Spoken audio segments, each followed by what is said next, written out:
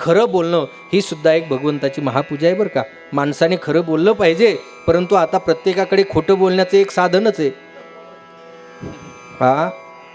प्रत्येकाकडे खोटं बोलण्याचं एक साधनच आहे. मोबाईल खोटं बोलण्याचं साधनच आहे. माणूस असला चिंचवडला का सांगतो मोहननगरला, आणि असला मोहननगरला सांगतो आळंदीला. म्हणजे खोटं बोलण्याचं साधन आहे. म्हणून माणसाने खरं बोललं पाहिजे.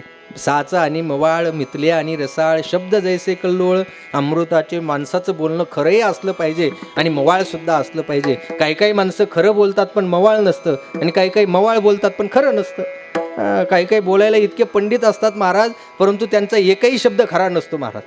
काही त्यांच्याकडे नसतं. काही काही बोलतात अत्यंत वाईट, म्हणजे शब्द त्यांचे जर ऐकले तर असे बाण मारल्यासारखे शब्द लागतात, पण सगळे खरे असतात त्यांचे शब्द.